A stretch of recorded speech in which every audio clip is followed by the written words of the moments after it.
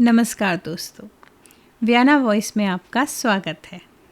और आज की कहानी है एक कलम की ताकत।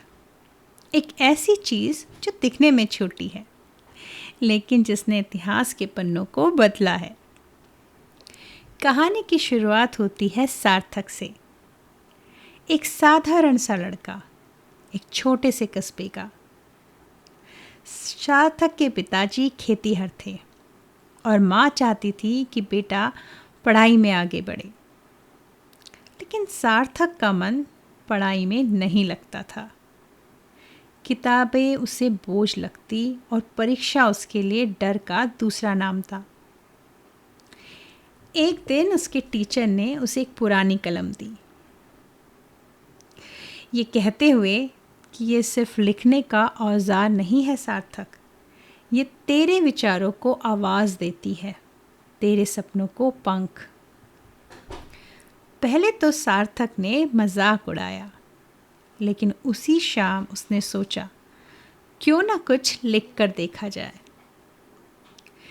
उसने अपने खेतों की मिट्टी, अपनी माँ के संघर्ष और अपने गांव की छोटी छोटी खुशियों पर लिखना शुरू किया। धीरे धीरे शब्दों में उसकी दुनिया बसने लगी।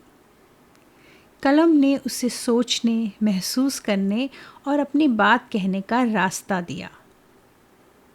वो बच्चा जो कभी चुप रहता था, अब अपनी डायरी में पूरी कहानियाँ लिखने लगा। कुछ सालों बाद सार्थक की लिखी हुई वही कहानियाँ अखबार में छपने लगी। लोग पढ़कर भावुक हो जाते। कोई कहता, तुम्हारे शब्दों ने हमारी आंखें खोल दी। कोई कहता, तुम्हारी लिखी पंक्तियों ने हमें जीने का नया हौसला दिया। और सार्थक ने क्या समझा? सार्थक ने समझा, कलम सिर्फ स्याही नहीं बहाती, कलम भविष्य गढ़ती है। दोस्तों, हम सब के पास अपनी अपनी कलम होती है। किसी की कलम सचमुच लिखती है और किसी की कलम उसके कर्म होते हैं।